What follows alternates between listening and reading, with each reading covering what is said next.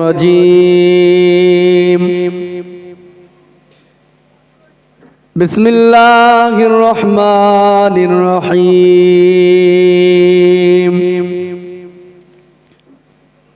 نحمده ونصلي على رسوله الكريم أما بعد فيا أيها الحاضرون رحمكم الله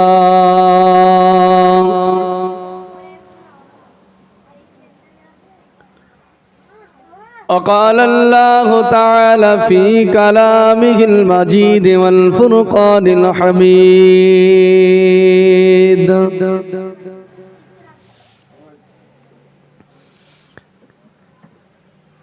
إنك لتهدي من أحببت ولكن الله يهدي من يشاء وهو أعلم بالمهتدين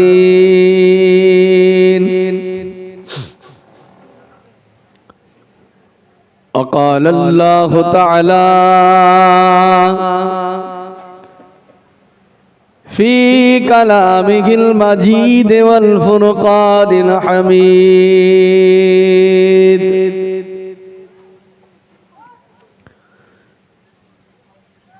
وما أرسلناك إلا رحمة للعالمين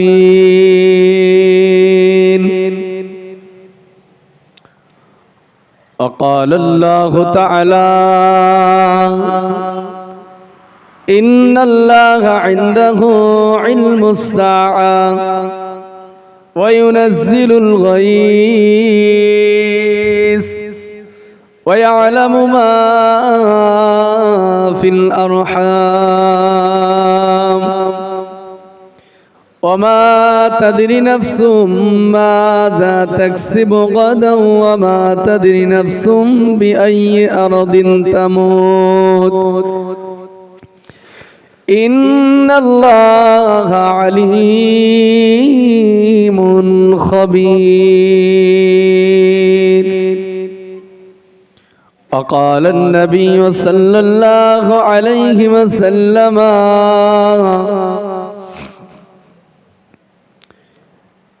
لكل نبي دعوة مستجابة فتعجل كل نبي دعوته وإني اختبأت دعوتي شفاعة لأمتي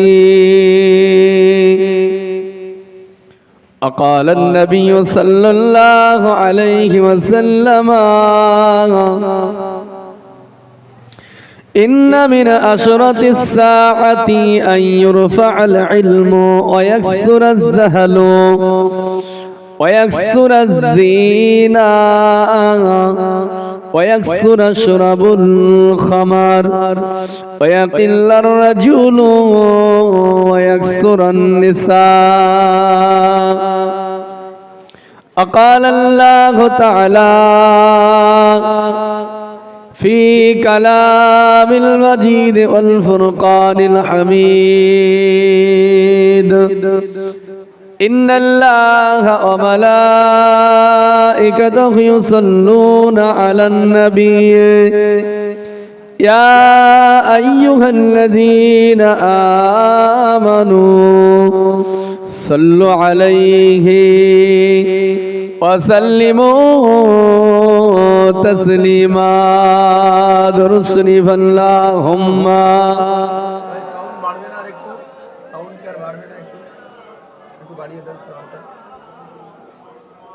وعلى آل سيدنا पैगंबरों का रोज़ा दिखा दे खुदाया दरे मुद्दलों से मिला दे खुदाया शराबे मोहब्बत पिला दे खुदाया पैगंबरों का रोज़ा दिखा दे खुदाया अल्लाहुम्मा सल्ली अला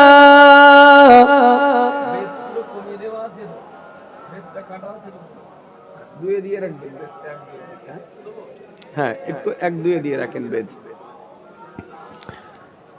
আল্লাহুম্মা সাল্লি আলা সাইয়্যিদিনা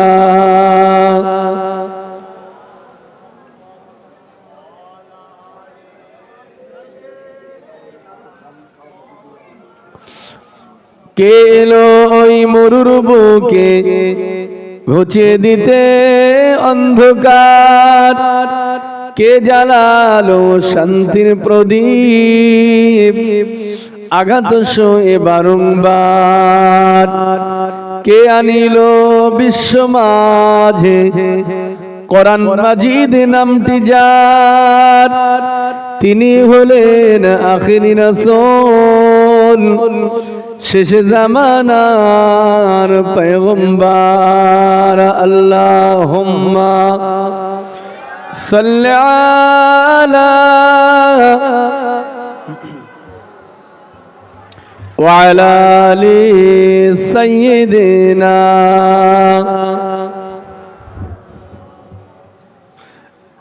একটু কালেমা জিকির লা ইলাহা জোরে জোরে লা ইলাহা ইল্লাল্লাহ লা ইলাহা ইল্লাল্লাহ মুহাম্মাদুর রাসূলুল্লাহ হাসবি রব্বি জাল্লাল্লাহ মা ফি কলবি গায়রুল্লাহ নূর মুহাম্মদ সাল্লাল্লাহু লা ইলাহা লা ইলাহা লা ইলাহা ইল্লাল্লাহ মুহাম্মাদুর রাসূলুল্লাহ আল্লাহুম্মা সাল্লি আলা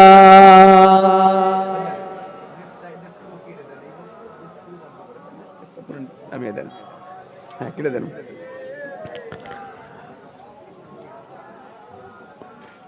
আলহামদুলিল্লাহ আলহামদুলিল্লাহি ওয়া কাফা ওয়া সালামুন আলা ইবাদিহিল্লাযীনা ইসতাফা আম্মা বা'দ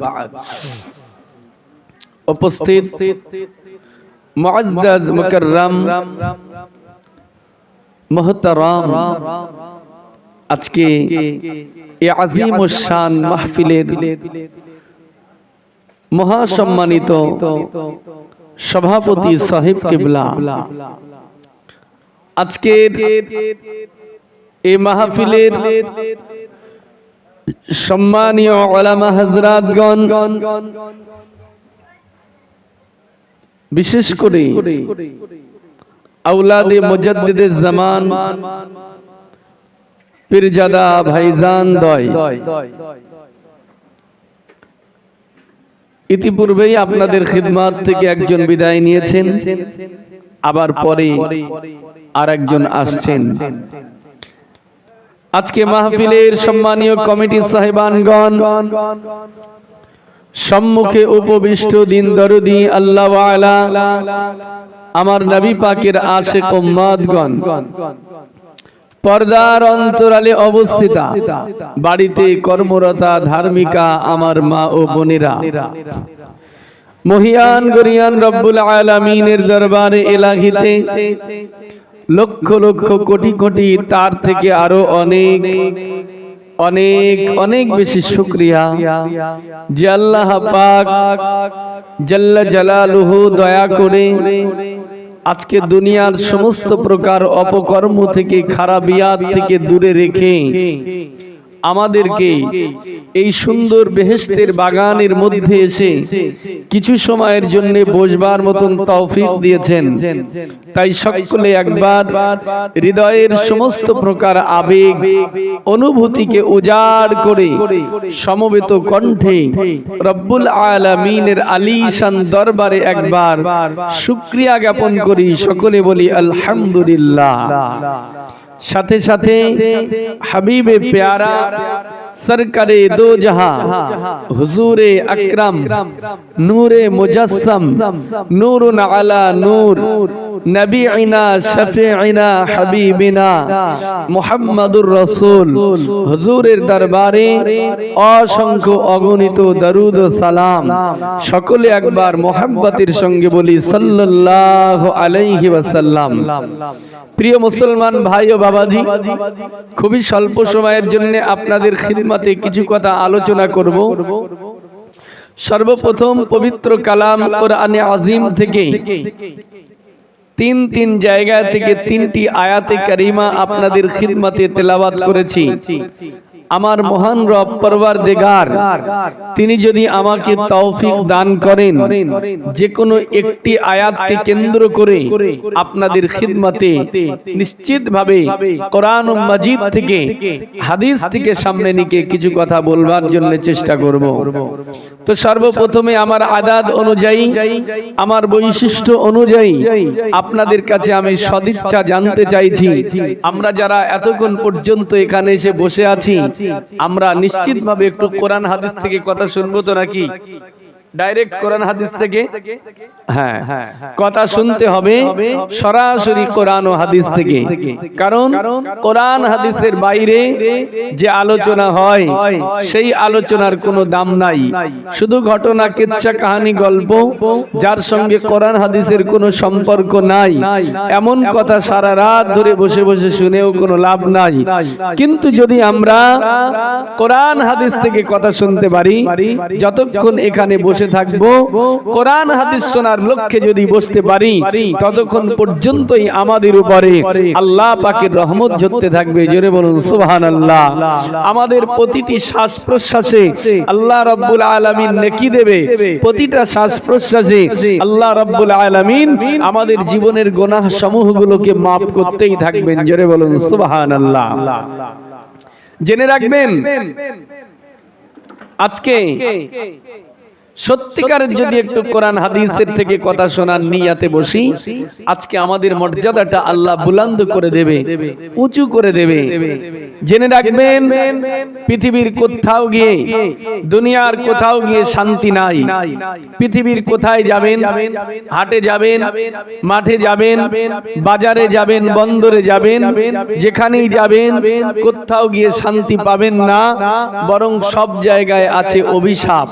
সব জায়গায় অভিশাপ আছে, যেখানেই যাবেন সব জায়গায় অভিশাপ, কোথাও শান্তি নাই। আপনি বলবেন এ আবার কেমন কথা?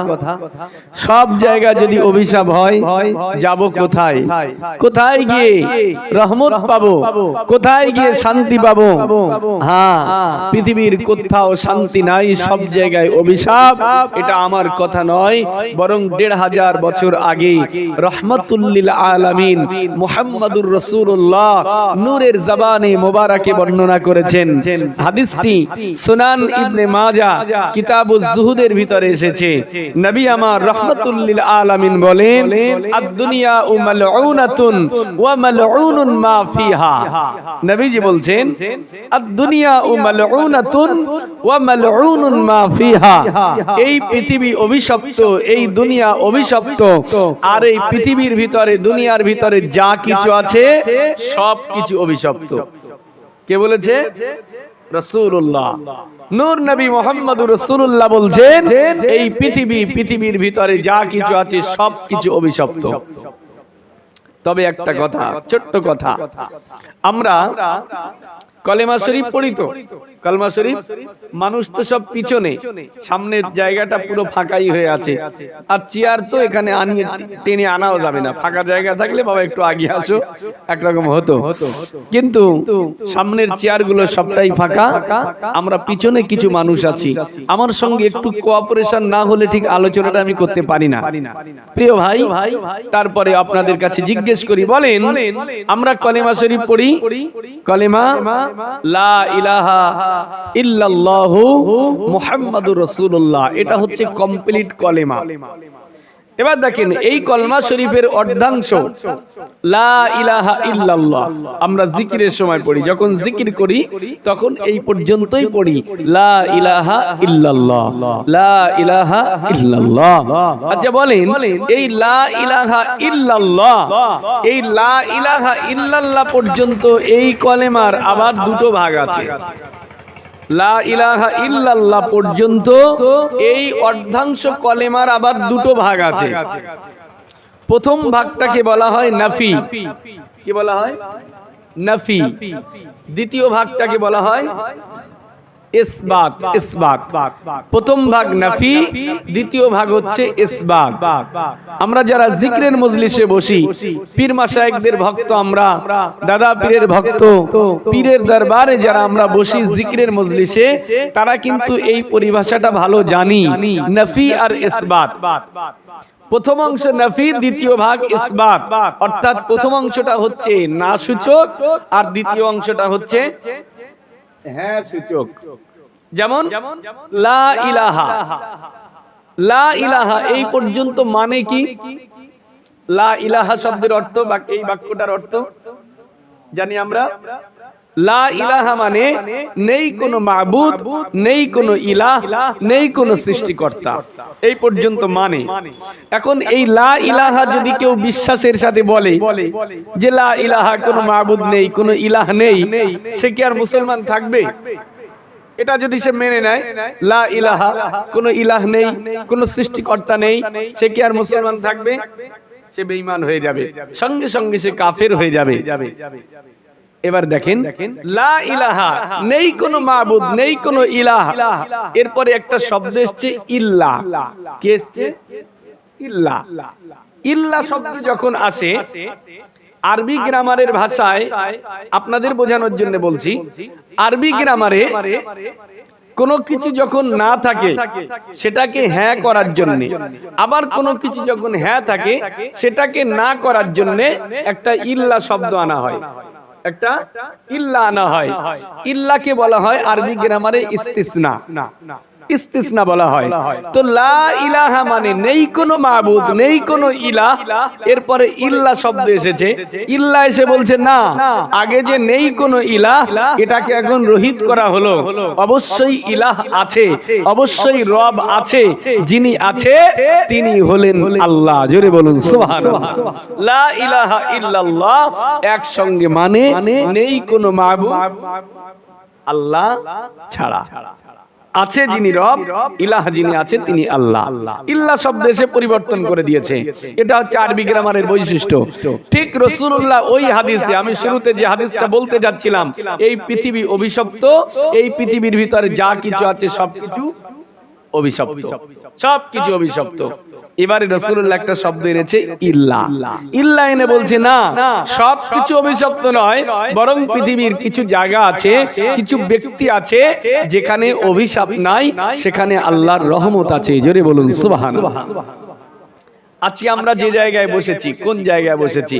আজকে আমরা রহমতের মজলিসে বসেছি। রাসূলুল্লাহ বলছেন, আল্লাহ নবী আমার দিন ও দুনিয়ার বাদশা হাবিবুল্লাহ জনাবে মুহাম্মদুর রাসূলুল্লাহ সাল্লাল্লাহু আলাইহি ওয়াসাল্লাম নূর নবী আমার নূরের জবানে বর্ণনা করেন, আদ-দুনিয়া মালউনাতুন ওয়া মালউনুন মা ফিহা ইল্লা বিযিকরিল্লাহ।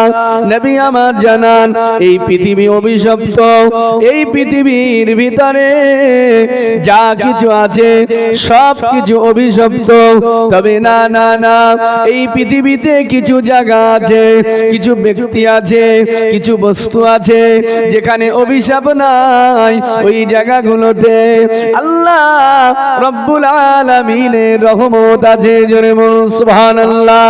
সেই জায়গাগুলো, সেই ব্যক্তি বস্তুগুলোর ভিতরে এক নম্বরে নবী জানান কোথায় আল্লাহর রহমত আছে, কোন জায়গাতে অভিশাপ নাই। এক নম্বরে নবী জানান ইল্লা বিযিকরিল্লাহ। না না না, এই পৃথিবীর জমিনে যে জায়গাতে আল্লাহ পাকের জিকির হয়, যে জায়গাতে আল্লাহ পাকের জিকির হয়, আল্লাহ পাকের ওই জিকিরের মাহফিলে, জিকিরের ভিতরে কোনো অভিশাপ নাই, বরং আল্লাহ পাকের জিকিরের ভিতরে আছে আল্লাহ পাকের রহমত। জোরে বলুন সুবহানাল্লাহ। তাহলে জিকিরের মজলিসে আছে এক নম্বরে রহমত। কথাকার রাসূলুল্লাহ। নবীজি বলেন যে জায়গাতে আল্লাহর জিকির হয়, ওই জিকিরের মজলিসে আল্লাহর অভিশাপ নাই, ওখানে আছে রহমত। আমরা আজকে বসেছি কোথায়? আমরা তো জিকিরের মজলিসে বসেছি নাকি? জিকিরের মজলিস এটা? আচ্ছা, এখানে জিকিরের মজলিস হয়েছিল?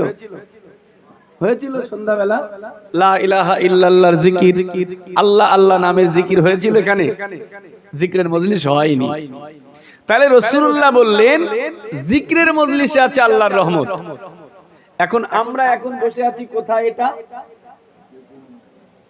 কি করে হলো? এটা তো জলসা হচ্ছে। প্রশ্ন হতে পারে এটা তো জিকিরের মজলিস নয়, লা ইলাহা ইল্লাল্লাহ জিকির এখানে স্পেশাল হয়নি, আল্লাহ আল্লাহ নামের জিকির হয়নি, তাহলে এটা আবার জিকিরের মজলিস হলো কই? আপনার প্রশ্ন থাকতে পারে এটা তো জলসা মাহফিল হচ্ছে এখন। কিন্তু না, জিকির কিন্তু শুধু লা ইলাহা ইল্লাল্লাহ নামের জিকিরটাই শুধু জিকির তা নয়, আল্লাহ আল্লাহ নামের জিকিরটাই শুধু জিকির তা নয়। হ্যাঁ, কলেমা শরীফের জিকির, লা ইলাহা ইল্লাল্লাহ জিকির, এটা একটা জিকির। আবার আল্লাহ আল্লাহ নামের আমরা জিকির করি, এটাও জিকির। সব কোরআনে আছে। কোরআন মাজিদে আল্লাহ জানান ওয়া যাকারা ইসমা রাব্বিহি ফাসাল্লা, তোমরা তোমাদের রবের নামের জিকির করো। অর্থাৎ আল্লাহ নামের জিকির আমরা ওটা করি, ওটা জিকির। আবার আমরা নামাজ পড়ি তো নাকি? নামাজ পড়ি, এই নামাজটাও কিন্তু জিকির, নামাজটাও জিকির। আর নামাজটা শুধু জিকির নয়, বরং নামাজ হচ্ছে সব জিকিরের বড় জিকির। জোরে বলুন সুবহানাল্লাহ। যত জিকির আল্লাহ দিয়েছে সব জিকিরের সেরা জিকির হচ্ছে নামাজ।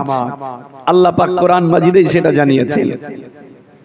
আল্লাহ পাক জানান ইন্নাস সালাতা তানহা আনিল ফাহশাই ওয়াল মুনকার ওয়ালা যিকরুল্লাহিল আকবার। আল্লাহ বলেন বান্দা, ও বান্দারা, তোমাদের জন্য আমি আল্লাহ নামাজ দিয়েছি। বান্দা, তোমাদের ভিতরে যে সমস্ত অশ্লীলতা আছে, তোমাদের ভিতরে যে সমস্ত খারাপিয়াত আছে, তোমাদের ভিতরে যে সমস্ত নোংরামি আছে, বান্দা তোমাদের ওই সমস্ত নোংরামি থেকে, অশ্লীলতা থেকে, খারাপিয়াত থেকে বাঁচাতে পারে একমাত্র আমার নামাজ। জোরে বলুন সুবহানাল্লাহ। ওয়ালা যিকরুল্লাহিল আকবার। আর বান্দা, আমি আল্লাহ তোমাদের জন্য যত জিকির দিয়েছি, যত ইবাদত দিয়েছি, সমস্ত জিকিরের ভিতরে, সমস্ত ইবাদতের ভিতরে সবচেয়ে বড় জিকির হলো, সবচেয়ে বড় ইবাদত হলো আমার নামাজ। জোরে বলুন সুবহানাল্লাহ। তাহলে নামাজ এটাও জিকির, তবে শুধু জিকির নয়, নামাজ হচ্ছে সব জিকিরের বড় জিকির। তাহলে কলেমা নামে, কলেমা শরীফের জিকির ওটা জিকির, আল্লাহ নামের জিকির ওটা জিকির, আবার নামাজও জিকির।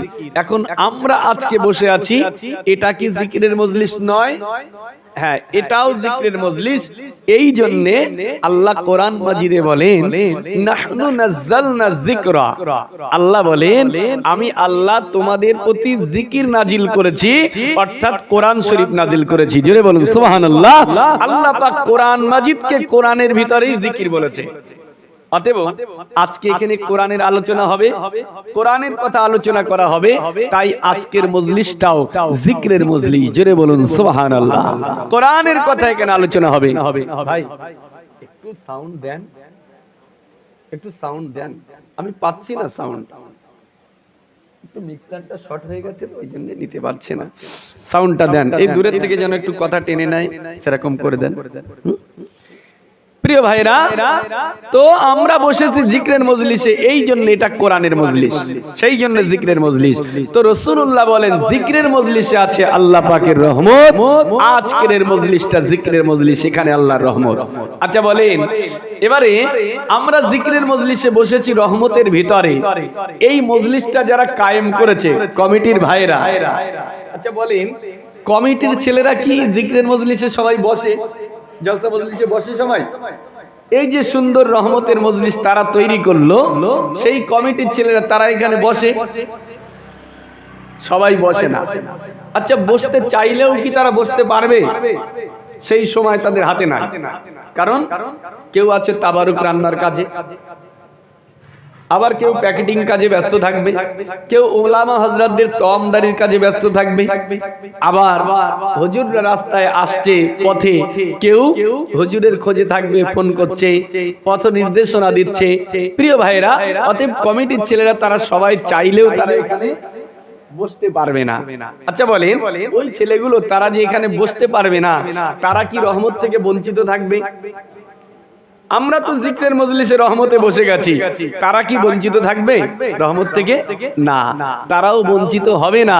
রাসূলুল্লাহ বলেন না উম্মত, জিক্রের মজলিসের এত দাম, এত মর্যাদা, এত দাম, এত মর্যাদা, এখানে আল্লাহ পাকের রহমত, সাথে সাথে 2 নাম্বার নবীজি বলছেন আর কোথায় রহমত? নবী আমার জানানো আমা ওয়ালাহু, জিক্রের মাহফিলে আল্লাহ পাকের রহমত, সাথে সাথে ওই জিক্রের মাহফিল কেন্দ্র করে যত হালাল কাজ হয়, ওই জিক্রের মাহফিলকে কেন্দ্র করে যত মুবাহ কাজ হয়, যত ভালো কাজ হয়, সব কিছুর উপরে আল্লাহ পাকের রহমত। আজকে এই জিক্রের মাহফিলকে কেন্দ্র করে কেউ বা রান্না বাড়ার কাজে ব্যস্ত আছে, তাবারুক রান্নার কাজে ব্যস্ত আছে, তার উপরে আল্লাহ পাকের রহমত। এই জিক্রের মাহফিলকে কেন্দ্র করে তাবারুক প্যাকেটিং করার কাজে ব্যস্ত আছে, তার উপরে আল্লাহ পাকের রহমত। এই মাহফিলকে কেন্দ্র করে কেউ বা ওলামা হযরতদের তমদারির কাজে ব্যস্ত থাকে, তার উপরে আল্লাহ পাকের রহমত। কেউ বা হুজুরদেরকে পথ নির্দেশনা দেওয়ার কাজে ব্যস্ত থাকে, তার উপরে আল্লাহ পাকের রহমত। কেউ বা মাইকিং করে, তার উপরে আল্লাহ পাকের রহমত। এক কথায় নবী জানান জিকিরের মাহফিল আর জিকিরের মাহফিল সম্পৃক্ত যত ভালো কাজ আছে, যত মুবাহ কাজ আছে, সব কিছুর উপরে আল্লাহ পাকের রহমত। জোরে বলুন সুবহানাল্লাহ। আর কোথায় রহমত? নবী আমার জানান ও আলিমান, আরে পৃথিবীর জমিনে যে ব্যক্তি আলেম বান্দা, যে ব্যক্তি কোরআন বোঝে, যে ব্যক্তি হাদিস বোঝে, আল্লাহ পাক যে বান্দার অন্তরে কোরআনের জ্ঞান দিয়ে, হাদিসের জ্ঞান দিয়ে তার অন্তরটাকে নূরান্বিত করেছে, আল্লাহ নবী জানান ওই আলেম বান্দার উপরে আল্লাহর অভিশাপ নাই, ওই আলেমের উপরে অভিশাপ নাই, বরং আল্লাহ পাকের আলেম বান্দার উপরে আছে আল্লাহ পাকের রহমত। জোরে বলুন সুবহানাল্লাহ। তাহলে আলেমদের উপরে রহমত কথা কার? রাসূলুল্লাহ। নবী বলেন আলেমদের উপরে রহমত। আমরা সবাইকে আলেম হতে পারবো? সবাইকে আলেম? তাহলে আলেমদের উপরে রাসূলুল্লাহ বললেন রহমত। আমরা সবাই তো আলেম হতে পারবো না, আমরা কি ওই জায়গা থেকে বঞ্চিত হয়ে যাব? না, নবী আমার শর্ত জুড়ে দিলেন, আলেম যদি নাও হতে পারো, নবী বলেন ও মুতাআল্লিমা, ও উম্মতেরা, তোমরা আলেম সবাই হতে পারবে না। আলেম যদি নাও হতে পারো, আলেম যদি নাও হতে পারো, আমি রাসূলুল্লাহ জানিয়ে দিলাম মুতাআল্লিমা, তোমরা ওই আলেমদের ছাত্র হয়ে যাও। ওই আলেমরা যখন কোরআন হাদিসের কথা বলে, আলেমরা যখন কোরআন হাদিসের কথা শোনায়, ও আমার উম্মতেরা, আলেমদের মজলিসে বসে যাও।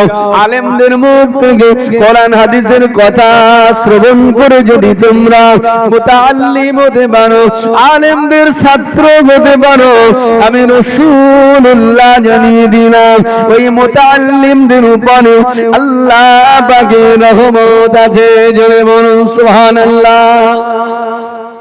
তাহলে সব দিক থেকে এক জিকিরের মজলিস হিসাবে আজকের মজলিসটা রহমতের মজলিস। আজকে কেউ এখানে কিছু সময়ের জন্য বক্তা, কেউ শ্রোতা, কেউ আজকে কিছু সময়ের জন্য মুআল্লিম, কেউ আজকে কিছু সময়ের জন্য মুতাআল্লিম, কেউ ছাত্র, কেউ শিক্ষক। অতএব সার্বিক দিক থেকে আজকের এই মাহফিলটা রাসূলের হাদিস অনুযায়ী রহমতের মজলিস। জোরে বলুন সুবহানাল্লাহ। আর যারাই এই রহমতের মজলিসে একটু কোরআন হাদিস শুনবার জন্য বসবে, যারাই আসবে, আমার আল্লাহ পাক আজকে সকলের মর্যাদাকে আল্লাহ বুলন্দ করে দেবে। যারাই এখানে বসবে, ঠিক জলসার শেষ মাহফিলে বিদায়ী মোনাজাত করবেন পীরজাদা ভাইজান হুজুর কিবলা। আজকে আমরা বিদায়ী মোনাজাত করে বাড়ি যাব যখন, আমার আল্লাহ কোরআন হাদিসের খাতিরে আমাদের সকলের জীবনের গুনাহগুলোকে মাফ করে দেবেন। জোরে বলুন ইনশাআল্লাহ। আমাদের মর্যাদা এত বেশি, কোরআন হাদিস শোনার মর্যাদা এত বেশি। শুধু যদি একটু কোরআন হাদিস শোনার নিয়তে এখানে আসেন, আমার আল্লাহ কতটা খুশি হবে। আল্লাহ খুশি, আল্লাহর ফেরেশতারা খুশি, কুল কায়নাতের সমস্ত মাখলুকাত সবাই আজকে আমাদের প্রতি খুশি হয়ে যাবে। হাদিস সুনান আবি দাউদের মধ্যে এসেছে। সুনান আবি দাউদ মিশকাত শরীফ কিতাবুল ইলমের ভিতরে হাদিসটা এসেছে। রাসূলুল্লাহ বলছেন আজকে আমাদের মর্যাদা কত বেশি, আল্লাহ আমাদের প্রতি কত খুশি। সুনান আবি দাউদের হাদিস মিশকাত শরীফ কিতাবুল ইলমের ভিতরে এসেছে, আল্লাহ নবী আমার জানান, মান সালাকা তরিকা ইয়াতলুবু ফীহি ইলমা সালাকাল্লাহু বিহি তরিকাম মিন তুরুকিল জান্নাহ ওয়া ইন্নাল মালাইকাতা লাতাদউ আজনিহাতাহা রিদাআন লিতালিবিল ইলমি ওয়া ইস্তাগফিরু লাহু মান ফিস সামাওয়াতি ওয়া মান ফিল আরদ হাত্তা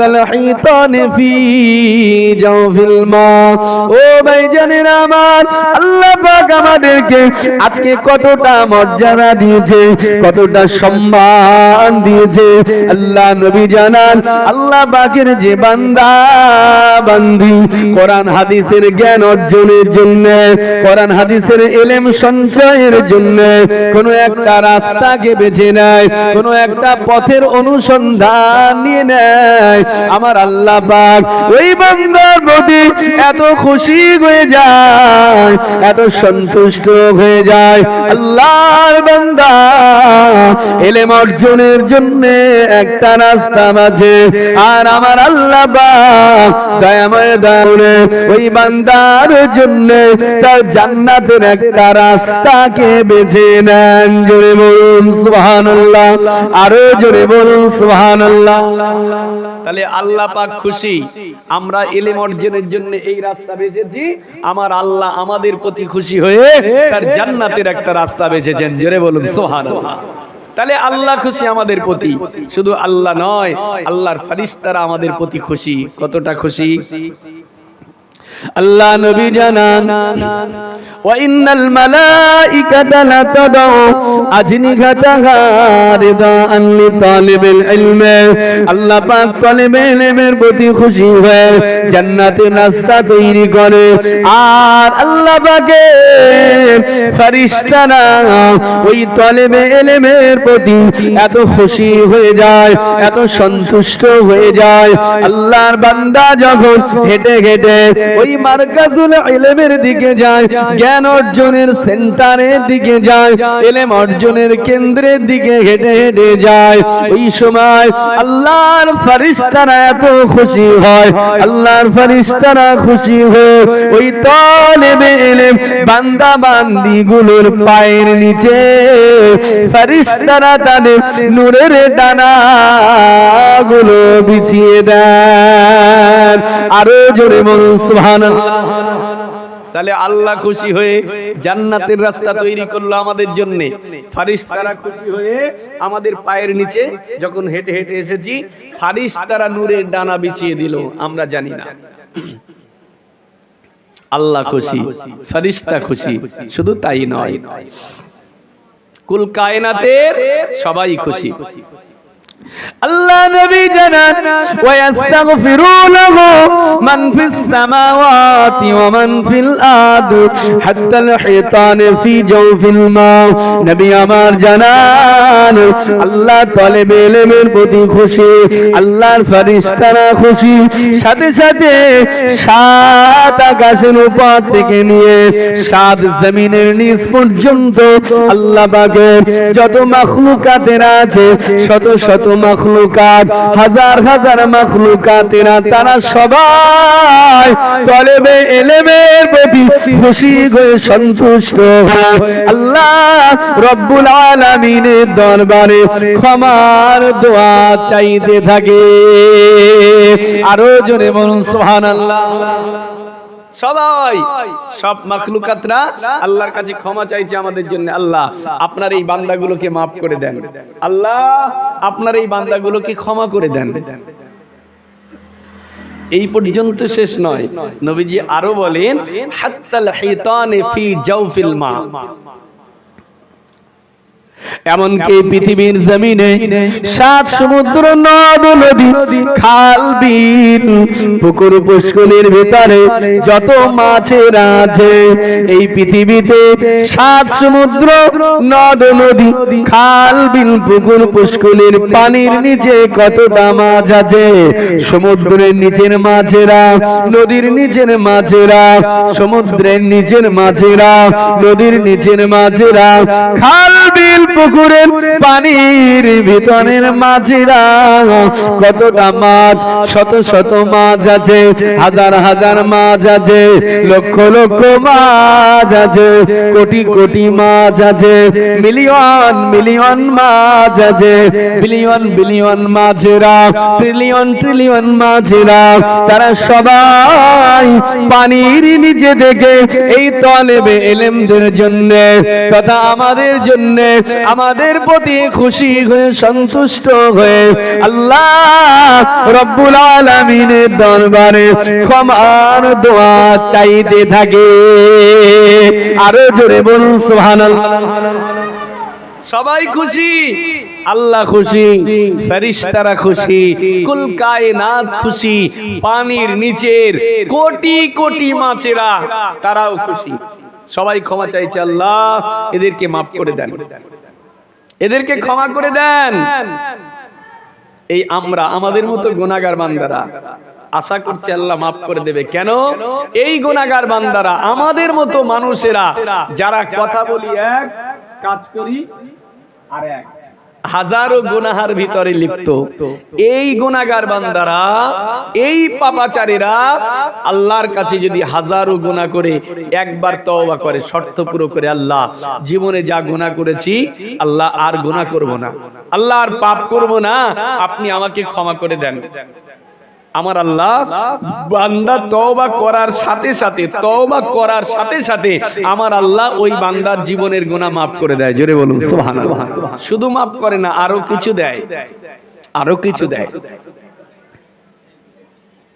হাদিস সাক্ষী দিয়েছে, কোরআন সাক্ষী দিয়েছে, বান্দা আল্লাহর কাছে তওবা করলে আল্লাহ বান্দার শুধু গুনাহ মাফ করে না, আরো কিছু দেয়। কোরআন সাক্ষী দেয়, আল্লাহ বলেন ইল্লা মান তাবা ওয়া আমানা ওয়া আমিলা আমালান সালিহান ফাউলাইকা ইউবাদদিলুল্লাহু সাইয়্যাতিহিম হাসানাত ওয়া কানা আল্লাহু গফুরান রহিমা। ও ভাইজানেরা, ও মুসলমানেরা, আমার আল্লাহ এত বড় দয়াময়, আমার আল্লাহ এত বড় করুণাময়। বান্দা তওবা করলে আল্লাহ মাফ করে। গুনাহগার বান্দাকে আল্লাহ বড় ভালোবাসে। আল্লাহ গুনাহগারদেরকে ভালোবেসে বান্দাকে ডাক দেন। সহিহ মুসলিমের হাদিস, হাদিসে কুদসি, সহিহ মুসলিমের ভিতরে এসেছে, আল্লাহ আমাকে আপনাকে এই গুনাহগার বান্দাকে আল্লাহ ডাক দেন, ইয়া ইবাদি আনতুম তাখতাউনা বিল-লাইলি ওয়ান-নাহার ওয়া আনা আগফিরুয যুনুবা জামিয়া ফাস্তাগফিরুনি আস্তাগফির লাকুম। আল্লাহ ডাকে, বান্দা ও গুনাহগারেরা, রাতে গুনাহ করেছো বান্দা কেউ জানে না, লুকিয়ে লুকিয়ে গুনাহ করেছো কেউ জানে না। বান্দা তুমি দিনের বেলা গুনাহ করেছো, প্রকাশ্যভাবে রাহাজানি করে গুনাহ করেছো। বান্দা ও রাতের গুনাহগার, দিনের গুনাহগার, চলে এসো, চলে এসো, চলে এসো, ইয়া ইবাদি, হে আমার বান্দারা, চলে এসো, চলে এসো। বান্দা রাতের গুনাহ নিয়ে, দিনের গুনাহ নিয়ে একবার আমি আল্লাহ আমার কাছে দুটো হাত তুলে অবনত মস্তকে একবার মাফি চাও। আমি আল্লাহ দয়াময়, দয়া করে বান্দা তোমাদের জীবনের গুনাহগুলোকে মাফ করে দেব। শুধু মাফ করি না বান্দা, শুধু মাফ করি না, আল্লাহ জানিয়ে দেন ইল্লা মান তাবা, গুনাহ করে যে ব্যক্তি তওবা করলো, ওয়া আমানা, এরপরে ঈমান আনলো, ওয়া আমিলা আমালান সালিহা, ঈমান আনার পরে তওবা করার পরে আর গুনাহ করে না, আর পাপ করে না, আল্লাহ বলে বান্দা নেকির কাজ কর। আমিলা আমালান সালিহা, বান্দা যখন নেক কাজ করতে শুরু করে দেয় আর গুনাহ করে না, ভালো কাজ করতে শুরু করে দেয়, আল্লাহ বলে বান্দা তওবা করে যখনই নেক কাজ করতে শুরু করবে, আমি আল্লাহ তোর পূর্বের সমস্ত গুনাহ মাফ করব।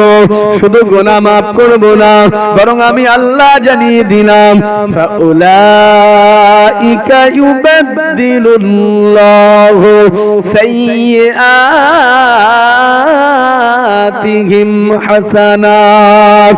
বান্দারে শুধু গুনাহ মাফ করব না, বরং আমি আল্লাহ পূর্বের গুনাহগুলো মাফ করে দিয়ে আবার ওই জায়গাতে যতটা গুনাহ ছিল, যতটা পাপ ছিল, ওই গুনাহ পরিমাণ, পাপ পরিমাণ, অন্যায় পরিমাণ তোর আমলনামাতে নেকি দিয়ে, সওয়াব দিয়ে আমি আল্লাহ আমলনামাটাকে পরিবর্তন করে দে। আরো জোরে হবে না? তওবা করলে আল্লাহ শুধু মাফ করে না, পূর্বে যা গুনাহ ছিল ওই গুনাহ মাফ করে আবার অতটা পরিমাণ আল্লাহ আমলনামাতে সওয়াব দেয়। জোরে বলুন সুবহানাল্লাহ। আজকে আমরা তওবা করলে আল্লাহ এই পুরস্কার দেয়। আজকে তওবা হবে তো নাকি? একটু পীরজাদা ভাইজান দোয়া করার আগে তওবা করাবেন তো? আমরা তওবা করব। সাথে সাথে সাথে সাথে সমস্ত মাখলুকাত, পানির নিচের মাছেরা সবাই আমাদের জন্য আল্লাহর কাছে ক্ষমা চাইছে। আশা করতে পারি আজকে আল্লাহ আমাদের জীবনের গুনাহগুলোকে মাফ করে দেবেন। জোরে বলুন ইনশাআল্লাহ। আল্লাহ পাক যেন আজকে আমাদের সকলার জীবন জিন্দেগীর সমস্ত গুনাহকে মাফ করে বেগুনাহ মাসুম করে দেন। জোরে বলুন আল্লাহুম্মা আমিন। আর সময় নয়, আমি কোরআনুল মাজিদ থেকে যে আয়াতে কারিমাটি তেলাওয়াত করেছি, কয়েকটি আয়াত, তার মধ্যে একটি আয়াত নিয়ে আলোচনা করব খুব সংক্ষিপ্ত ভাবে। তার আগে মোহাব্বতে একবার দরুদ শরীফ আল্লাহুম্মা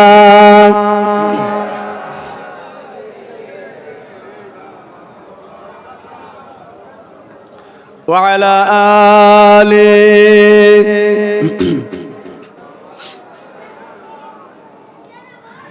প্রিয় নবী এলো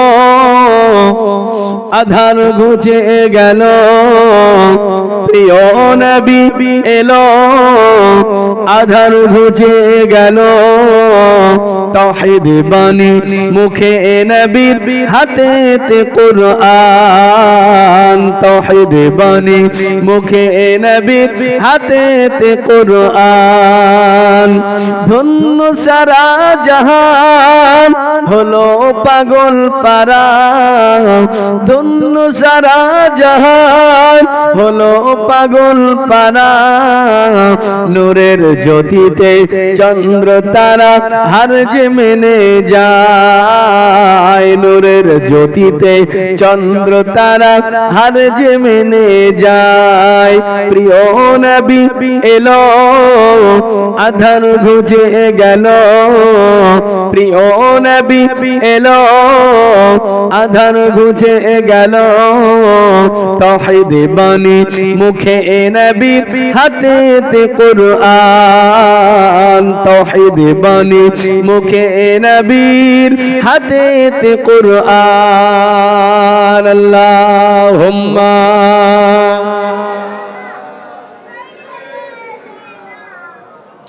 ওয়া আলা আলিহি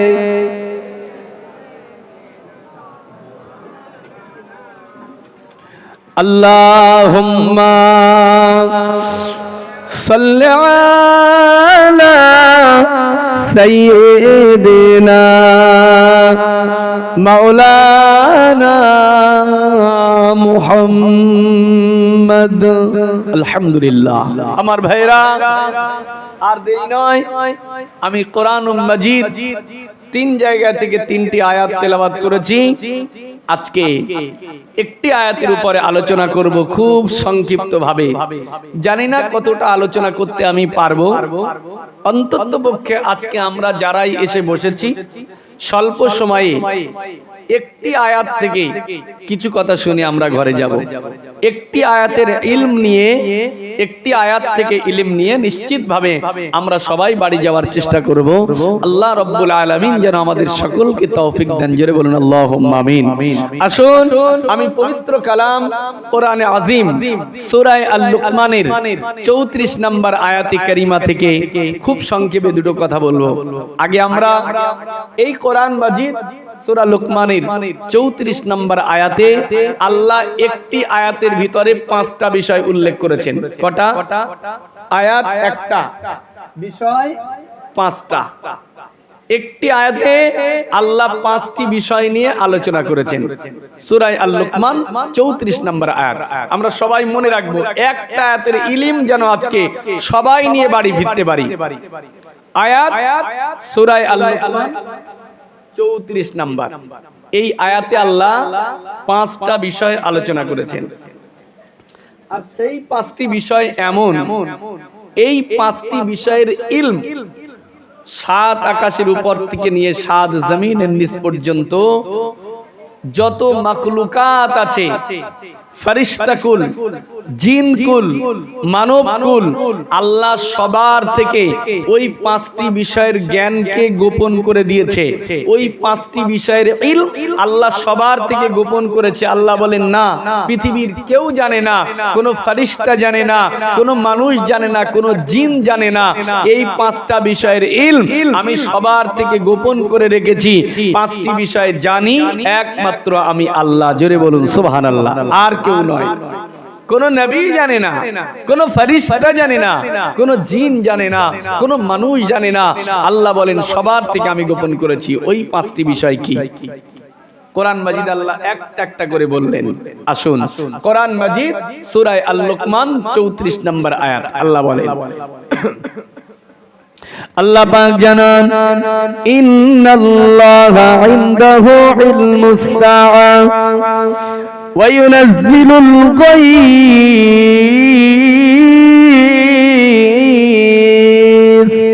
ওয়া ইয়ালামু মা ফিল আরহাম وما تدري نفس ماذا تكسب غد وما تدري نفس بأي أرض تموت তামুত ইন্নাল্লাহা আলিমুন খবীর।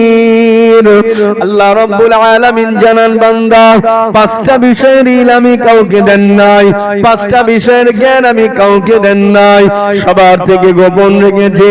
কোন ফেরেশতাকেও আমি ওই পাঁচটা বিষয় জানান নাই, কোন মানুষকে আমি ওই পাঁচটা বিষয়ের জ্ঞান দেন নাই, কোন নবীকেও আমি আল্লাহ পাঁচটি বিষয়ের জ্ঞান দেন নাই, কোন জিনকে আমি আল্লাহ ওই পাঁচটা বিষয়ের জ্ঞান দেয় নাই। সবার থেকে যে পাঁচটি ইলম গোপন রেখে দিয়েছি, এক নম্বরে আল্লাহ জানান ইন্নাল্লাহা ইনদাহু ইলমুস সাআ। আল্লাহ বলেন নিশ্চিতভাবে কিয়ামত একদিন হবে বান্দা, কিয়ামত একদিন হবে বান্দা।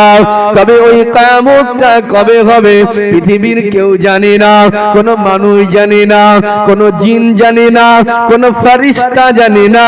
আমি আল্লাহ সবার থেকে গোপন রেখে দিয়েছি কিয়ামত কবে হবে, কিয়ামত কবে হবে ওটা জানি একমাত্র আমি আল্লাহ পাক। জোরে বলুন সুবহানাল্লাহ। দুই নাম্বার আল্লাহ জানান ওয়া ইউনাজ্জিলুল গায়ব। আর বান্দারে আকাশ থেকে কখন কি পরিমাণ বৃষ্টি হবে, আকাশ থেকে কখন কি পরিমাণ বৃষ্টি নামবে বান্দা ওটা পৃথিবীর কেউ জানে না, পৃথিবীর কেউ বলতে পারবে না। সবার থেকে আমি ওটা গোপন করে রেখেছি, ওটা জানি একমাত্র আমি আল্লাহ পাক। জোরে বলুন সুবহানাল্লাহ। তিন নাম্বার আল্লাহ জানান ওয়া ইয়ালামু মা ফিল আরহাম। আর বান্দা একজন গর্ভবতী মা, একজন গর্ভবতী মা, গর্ভবতী মায়ের গর্ভে, মায়ের পেটে কি সন্তান আছে, ছেলে আছে না মেয়ে আছে, মায়ের গর্ভের সন্তানটা ছেলে হবে না মেয়ে হবে না হিজড়া হবে না অন্য কিছু হবে, আল্লাহ বলে বান্দা ওটা পৃথিবীর কেউ জানে না, পৃথিবীর কেউ বলতে পারবে না। আমি ওটা সবার থেকে গোপন করে রেখেছি, ওটা জানি একমাত্র আমি আল্লাহ পাক। জোরে বলুন সুবহানাল্লাহ। চার নম্বরে আল্লাহ জানান ওয়া মা তাদরি নাফসুম মাযা তাকসিবু গাদ। আর বান্দারে আগামী কাল তুমি কি রোজগার করবে, তোমার উপার্জনটা কি হবে বান্দা, আগামী কাল তোমার ইনকামটা কি হবে, রোজগারটা কি হবে, উপার্জনটা কি হবে বান্দা ওটা তুমি বলতে পারবে না, পৃথিবীর কেউ জানে না, তুমি নিজেও জানো না বান্দা, ওটা জানি একমাত্র আমি আল্লাহ পাক। জোরে বলুন সুবহানাল্লাহ। পাঁচ নম্বরে আল্লাহ জানান ওয়া মা তাদরি নাফসুম বিআইয়ি আরদিন তামুত। আর বান্দা পাঁচ নম্বরে তোমার মৃত্যুটা কখন কোথায় কিভাবে হবে বান্দা ওটা পৃথিবীর কেউ জানে না, তুমি জানো না, পৃথিবীর কেউ জানে না। তোমার মৃত্যুটা কখন কোথায় কিভাবে হবে ওটা আমি গোপন রেখে দিয়েছি, ওটা জানি একমাত্র আমি আল্লাহ পাক। জোরে বলুন সুবহানাল্লাহ। কটা বিষয়, কটা?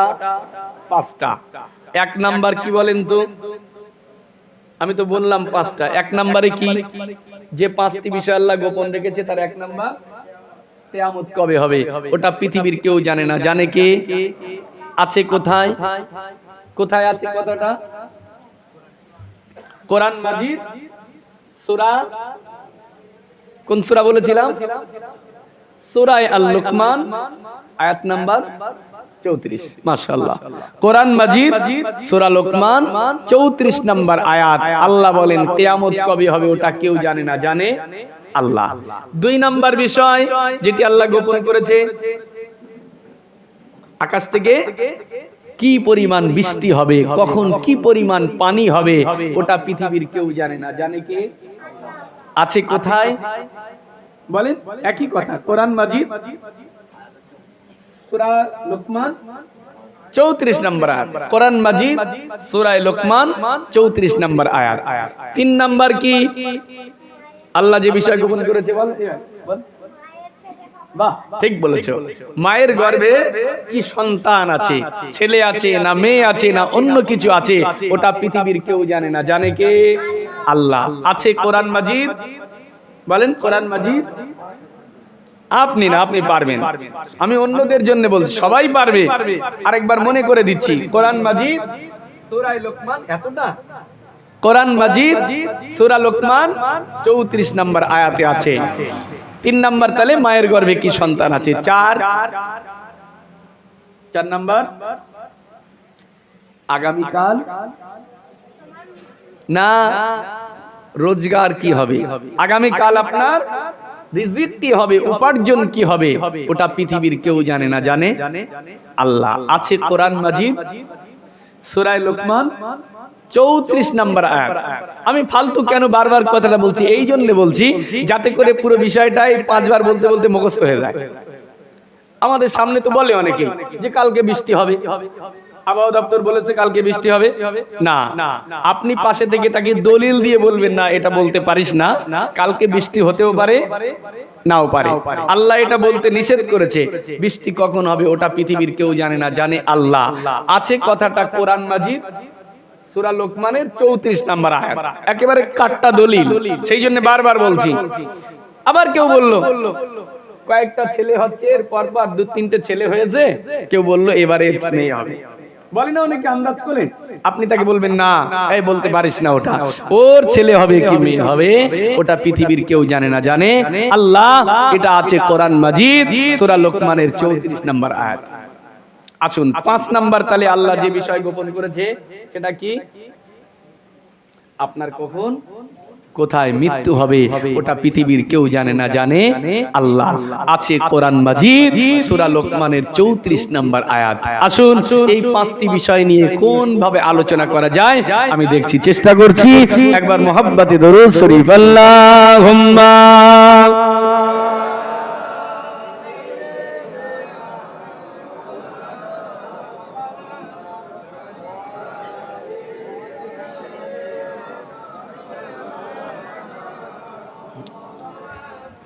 যা পাখি তুই যা রে আল মদিনায় ওড়ে, যা পাখি তুই যা রে আল মদিনায় ওড়ে, দিলাম চিঠি লিখে নবীর সবুজ ঘরে।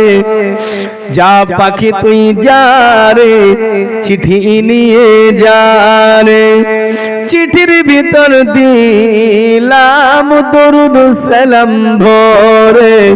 যা পাখি তুই যা রে আল মদিনায় ওড়ে। আল্লাহুম্মা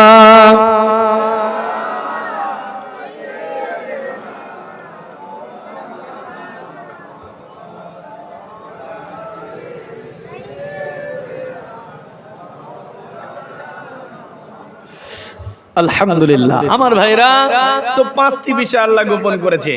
কিয়ামত কখন কি পরিমাণ বৃষ্টি হবে, মায়ের গর্ভের সন্তান, আগামীকাল আপনার রিজিক, আর আপনার মৃত্যু কখন হবে, এই 5টা বিষয়। শুনেন, এই 5টি বিষয়ের আলোচনা যদি আমি আজকে করতে যাই অনেক সময় লাগবে। শুধু কিয়ামতের এই একটা পর্বে আল্লাহ কিয়ামতের দিনটা গোপন করেছে, এই একটা বিষয় নিয়ে বিভিন্ন পর্বে। এই যারা ইউটিউবার এরা জানে, যারা আমার জলসা ফেসবুক ইউটিউবে কম বেশি শোনে তারা জানেন, শুধু কিয়ামত নিয়ে আমার ক্ষুদ্র জ্ঞানে, আমার স্বল্প জ্ঞানে বিভিন্ন পর্বে কম বেশি, কিছু কম বেশি 8 থেকে 10 ঘন্টা শুধু আমার আলোচনা আছে শুধু কিয়ামত নিয়ে। কিয়ামতের ছোট আলামত, বড় আলামত, তারপরে আলামত গুলো শেষ হওয়ার পরে কিয়ামত সংগঠিত হওয়ার আগ পর্যন্ত কি হবে এই বিস্তারিত ঘটনা, তারপরে কিয়ামতের ময়দান, এই সব কিছু নিয়ে কিছু কম বেশি 8 থেকে 10 ঘন্টার আমার শুধু আলোচনা আছে কিয়ামত নিয়ে। অতএব আজকে আপনাদেরও 10 ঘন্টা সময় নাই, আমারও সময় নাই, কারোরই সময় নাই। কিছুক্ষণ পরেই মাহফিল শেষ হবে। আমি এইভাবে আলোচনা করতে পারবো না। এখন সংক্ষেপে কিভাবে আলোচনা করা যায় দেখি। আসুন, এই 5টা বিষয়ের 1 নাম্বার আল্লাহ কি বলেছে? কিয়ামত। আর 5 নম্বরে আল্লাহ কিসের কথা বলেছে? মৃত্যুর কথা। এবার দেখেন, এই মিডিলে যে 3টি আছে, 2 নম্বরে আল্লাহ বললেন কখন আকাশ থেকে বৃষ্টি হবে। 3 নম্বরে আল্লাহ বললেন মায়ের গর্ভে আপনার 2 নম্বর বৃষ্টি, 3 নম্বর মায়ের গর্ভের সন্তান, আর 4 নম্বর আপনার রিজিক কি হবে। আচ্ছা বলেন, এই 3টি বিষয়, বৃষ্টি, সন্তান আর রিজক, এই 3টি বিষয়ের সম্পর্ক দুনিয়ার সাথে না আখিরাতের সাথে? বৃষ্টি, সন্তান আর রিজক, উপার্জন, এই 3টি বিষয়ের সম্পর্ক দুনিয়ার সাথে না আখিরাতের সাথে? সবটা ঠিক বলবে তুমি, সবটা ভুল হয়ে যাচ্ছে এবারে। তাহলে এই 3টি বিষয়ের সম্পর্ক কি দুনিয়ার সাথে না আখিরাতের সাথে? না, দুনিয়ার সাথে। এই 3টি বিষয়ের সম্পর্ক। আচ্ছা, দুনিয়া থেকে আখিরাতে কি আপনার বৃষ্টির দরকার আছে? নাই। আখিরাতে আপনার সন্তানের দরকার নাই, আখিরাতে আপনার উপার্জনের দরকার নাই। এই 3টি বিষয়ের সম্পর্ক দুনিয়ার সাথে। দুনিয়াতেই আপনার বৃষ্টির প্রয়োজন, সন্তানের প্রয়োজন, রিজকের প্রয়োজন। এই 3টি বিষয়ের সম্পর্ক দুনিয়ার সাথে। এবার দেখেন, 1 নাম্বার হচ্ছে কিয়ামত, 1 নাম্বার কিয়ামত, আর 5 নাম্বার মৃত্যু। এই দুটো বিষয়ের সম্পর্ক দুনিয়ার সাথে না আখিরাতের সাথে? আখিরাতের সাথে তো। কিয়ামত আর মৃত্যু, এই দুটো বিষয়ই আখিরাতের সঙ্গে সম্পর্ক। মৃত্যুর পরেই শুরু হয়ে গেল আখিরাতের কথা, আর দুনিয়ার সম্পর্ক আপনার নাই। তো দেখুন, আমাদের জন্য, ঈমানদারদের জন্য দামি দুনিয়া না আখিরাত? মুমিনের কাছে দাম বেশি দুনিয়ার না আখিরাতের? আখিরাতের। হ্যাঁ, অবশ্যই আমরা এটা সবাই জানি। কোরআন মাজিদে আল্লাহ জানান, ওয়ালাল আখিরাতু খায়রুল লাকা মিনাল উলা। আমার আল্লাহ জানান, হাবিবকে ডেকে বলেন, হাবিব, আপনার জন্য, আপনার উম্মতের জন্য এই দুনিয়া অপেক্ষা আখিরাতটাই ভালো। জোরে বলুন সুবহানাল্লাহ। তাহলে মুমিনের জন্য দুনিয়ার থেকে আখিরাতের দাম বেশি। আমার আল্লাহর কাছে এই দুনিয়ার দাম কতটা? আমাদের কাছে কতটা দাম, আল্লাহর কাছে কতটা দাম? আমার আল্লাহর কাছে এই দুনিয়া, এই পৃথিবী, যে অভিশপ্ত পৃথিবী আগে বলেছিলাম, এই পৃথিবীর দাম আমার আল্লাহর কাছে কতটা জানি? আমার আল্লাহর কাছে এই পৃথিবীর দাম, রাসূলুল্লাহ বলেন, সুনান ইবনে মাজাহ কিতাবুজ জুহুদের মধ্যে এসেছে, রাসূলুল্লাহ বলেন, লাউ কানাতিদ দুনিয়া ও ইনদাল্লাহি তা'দিলুন জানাহু বাউদাতিন মা সাকা কাফিরাম মিনহা শারবাতান। যদি এই পৃথিবীর মর্যাদা, এই দুনিয়ার দাম যদি আমার আল্লাহ পাকের কাছে একটা মশার ডানার মতো হতো, যদি একটা মশার ডানার মতো যদি দাম হতো এই দুনিয়ার দাম আমার আল্লাহর কাছে, তাহলে পৃথিবীতে বিচরণশীল কোন কাফের বেঈমানকে আমার আল্লাহ পানি পর্যন্ত খাওয়াতেন না। অতএব আল্লাহর কাছে এই পৃথিবীর দাম কতটা? মশার ডানার মতন না, তাও না, মশার ডানার মতও না। যদি হতো তাহলে কোনো কাফেরকে খাওয়াতেন না, আল্লাহ পানি খাওয়াতেন না। অতএব আল্লাহর কাছে এই পৃথিবীর দাম মশার ডানার থেকে কম। এখন আল্লাহ পাকের কাছে এই দুনিয়ার দাম মশার ডানার থেকে কম। আমরা তো সেই আল্লাহর সৃষ্টি, আমরা সেই আল্লাহর সৃষ্টি। আল্লাহ সেই দুনিয়াতেই আমাদেরকে পাঠিয়েছে। আমাদের কাছে তো এই দুনিয়ার দাম কিছু না কিছু থাকবে নাকি? এই দুনিয়ার দাম আমাদের কাছে কিছু না কিছু থাকবে। তবে আমাদের কাছে এই দুনিয়ার দাম কতটা? আমাদের কাছে এই দুনিয়ার মর্যাদা কতটা? আচ্ছা, অসুবিধা হচ্ছে নাকি আপনাদের? আলোচনা শুনছেন তো? হ্যাঁ, একটু কথা শুনে দেখেন। আমি ঘটনা বললে, এক্ষুনি একটা ঘটনা বললে টাইম শেষ হয়ে যাবে। একটু দুটো হাদিস কেটে কেটে একটা কোরআনের আয়াত যদি শুনে, এটা আমাদের লাভ হবে। ঘটনা বলে ওয়াজ করতে কষ্ট হয় না, ও সহজ কাজ, ওটা টাইমও তাড়াতাড়ি পার হয়। কিন্তু কোরআন হাদিস থেকে সরাসরি কথা বলতে গেলে শ্রোতাদের একটু কষ্ট হয় শুনতে, আর বক্তারও বলতে কষ্ট হয়। আমরা সবাই সহজটা চাই, এখন বক্তাও চায় সহজ, শ্রোতাও চায় সহজ, কান গরম হলে যথেষ্ট। কিন্তু না, যতক্ষণ বসবো একটু কোরআন হাদিস থেকেই শুনবো, একটিও কথা কোরআন হাদিসের বাইরে বলবো না ইনশাআল্লাহ। আসুন, আল্লাহর কাছে এই পৃথিবীর দাম মশার দানার থেকে কম, আর আমাদের কাছে এই পৃথিবীর দাম কিছুটা আছে, তবে কতটা দাম হবে, কতটা দাম দেব আমরা দুনিয়াকে।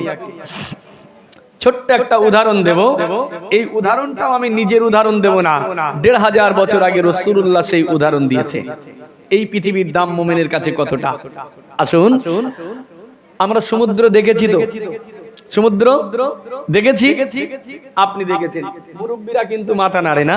মুরব্বীরা কি সমুদ্র দেখেছেন? আপনারা দেখেছেন? কোথায় মুরব্বী, আপনি কোথায় দেখেছেন? হ্যাঁ, দীঘা গেছেন? মাশাআল্লাহ, আপনি ভালোই কাজ করেছেন। তো আপনি তো দীঘায় গেছেন, খুব ভালো কাজ করেছেন। হাসছে ছেলেপিলেরা, মনে করছে যে দীঘায় গেছে আবার বলতেছে হয়তো খারাপ কাজ কিছু একটা করেছে। কিন্তু না, সমুদ্র দেখতে হবে। আমরা মনে করি সমুদ্রে দেখাটা হয়তো খারাপ কাজ, কারণ দীঘায় যাওয়াটা এটা আমাদের কাছে একটা খারাপ। দীঘায় যাওয়া, ছেলেরা দীঘায় গেলে বাপেরা আটে, দীঘায় যাওয়া যাবে না, ওটা খারাপ জায়গা। সমুদ্র দেখতে গেলে আপনাকে কমপক্ষে দিকে দীঘায় যেতে হবে, না হলে দক্ষিণ ২৪ পরগনা সেই বকখালি যেতে হবে। তাহলে সমুদ্র দেখার জায়গা আমাদের কাছাকাছি এই দুটো। সমুদ্র দেখতে গেলে তো আপনাকে দীঘায় যেতেই হবে বা বকখালি যেতে হবে, দুটোই তো ভ্রমণের জায়গা। সেখানে খারাপ কাজ হয়, বিভিন্ন শ্রেণীর মানুষেরা সেখানে আসে। সেই জন্য ছেলেরা যখন দীঘায় যায়, মুরব্বী বাপেরা এটা পছন্দ করে না, তাদেরকে রাজ করে, বকাবকি করে, দীঘায় যাবি কেন, ওখানে খারাপ জায়গা, বাড়ি থাক। হ্যাঁ, দীঘা খারাপ জায়গা ঠিকই আছে, কিন্তু সমুদ্র তো খারাপ নয়। সমুদ্র আপনাকে দেখতে হবে, সমুদ্র দেখতে আপনাকে যেতে হবে। ওই দীঘাতেই আপনি যান, সমুদ্র দেখবেন তো দীঘাতেই তো যেতে হবে। আমি বলছি, দীঘাতে আপনি নিয়ত করে চলে যান, আমি দীঘাতে যাব সওয়াব নেওয়ার জন্য, নেকি নেওয়ার জন্য। আমি দায়িত্ব নিয়ে বলছি, আপনি সমুদ্র দেখবেন, আমার আল্লাহ আপনাকে নেকি দেবে। জোরে বলেন সুবহানাল্লাহ। কারণ আল্লাহ সমুদ্র দেখতে বলেছে, আল্লাহ সমুদ্র দেখতে বলেছে। আল্লাহ বলেন, সমুদ্রের ভিতরেই আমার আয়াত আছে, আমার নিদর্শন আছে। কোথায় আছে কথাটা? কোরআন মাজিদ, আমি যে সূরায় আলোচনা করছি, সূরা লোকমান, ওই সূরার ৩১ নম্বর আয়াতে আল্লাহ পাক বলছেন সমুদ্র দেখার কথা।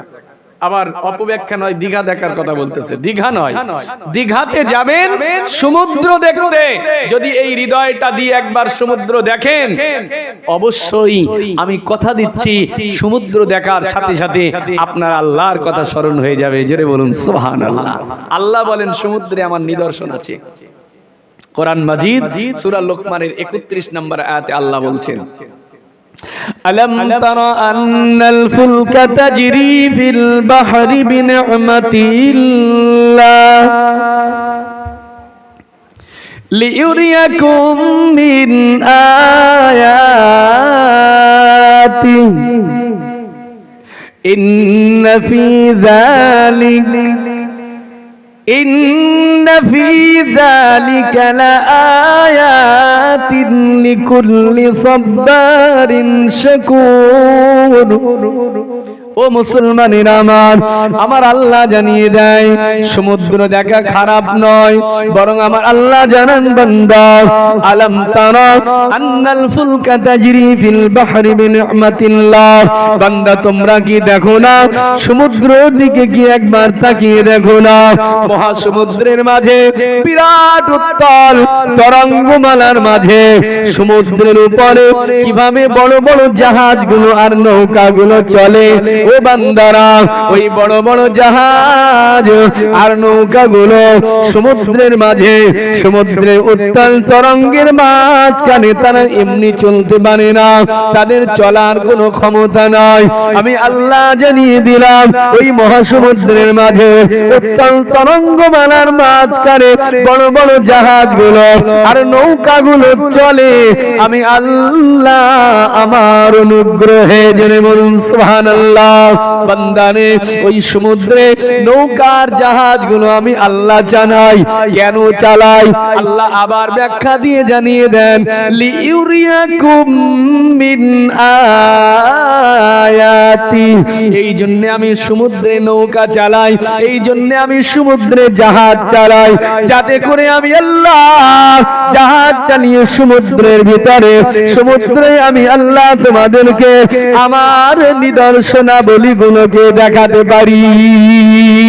অতএব সমুদ্রতে আছে আল্লাহর নিদর্শন, আল্লাহর আয়াত আছে।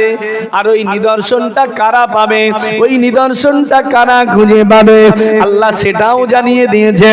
ওটা চ্যাংড়া ফচকেরা পায় না। আমি বলবো মুরব্বীরা, আপনারা সমুদ্র দেখবেন, আপনার আল্লাহ সওয়াব দেবে। কারণ কারা ওই সমুদ্রে গিয়ে আল্লাহ নিদর্শন খুঁজে পায়, আল্লাহ জানান ইন্না ফি যালিকা লাআয়াতিন লিকুল্লি সাব্বারিন শাকুর।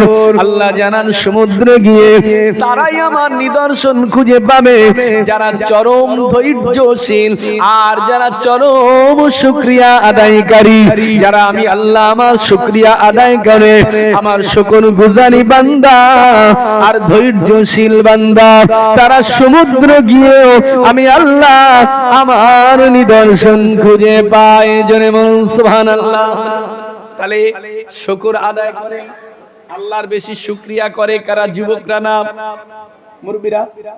মুরব্বিরা তো যুবকদের গায়ে এখন রক্ত আছে, ফুটন্ত যুবক, তারা রক্ত টকবক করে ফুটছে, তারা বেশি ইবাদত করেন, একটু কম করে ইবাদত, একটু ঘোরাফেরা বেশি করে, আমোদ আল্লাহ বেশি করে। কিন্তু মুরব্বী 50 বছর পার হয়ে গেছে, বুঝতে পারছে গায়ে ব্যথা, হাঁটুতে ব্যথা, কোমরে ব্যথা, আর ভালো করে উঠতে পারে না, বসতে পারে না, নামাজ পড়তে গেলেও চেয়ারে বসতে হচ্ছে। বুঝে গেছে আমার অবস্থা খারাপ, আমি আর বেশি দিন হয়তো থাকতে পারবো না। এখন তার আল্লাহর কথা স্মরণ হয়েছে, সে এখন একটু ওঠে বসে শোয়, আল্লাহর জিকির করে, আল্লাহর ইবাদত করে। আমার আল্লাহ বলেন বান্দা যারা আমার শুকরিয়া আদায় করে তারা সমুদ্রে গিয়েও আমার নিদর্শন পায়। জোরে বলুন সুবহানাল্লাহ। অতএব নিয়াত করে যাবেন, সমুদ্র দেখব, আল্লাহর সমুদ্র দেখব, এই নিয়াত করে আমি কথা দিচ্ছি, যদি গিয়ে দীঘার সমুদ্রের পাশে দাঁড়িয়ে যান, ওখানে গিয়ে আপনি সমুদ্রের ভিতরেও আল্লাহর নিদর্শনটা খুঁজে পাবেন। জোরে বলুন সুবহানাল্লাহ। অতএব দীঘা দেখা খারাপ নয়, সমুদ্র দেখা খারাপ নয়। আল্লাহ বলেছেন সমুদ্রের ভিতরে আমার নিদর্শন আছে, আপনি যেতে পারেন। আমি যে জায়গাতে ছিলাম সেখানে আছি। সমুদ্র যারা দেখেছেন তাদেরকে আমি জিজ্ঞেস করছি, বলেন সমুদ্র, যারা সমুদ্র দেখেছি তারা জানি। আচ্ছা, ওই বিরাট মহাসমুদ্র, ওই বিরাট মহাসমুদ্রের ভিতরে কোথায় ছিলাম আমি?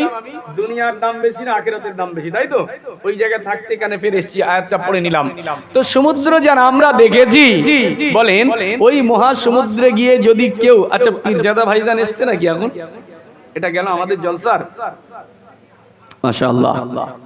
তাহলে তো কিছুক্ষণের মধ্যে আসছে, কিছুক্ষণের মধ্যেই আসবেন।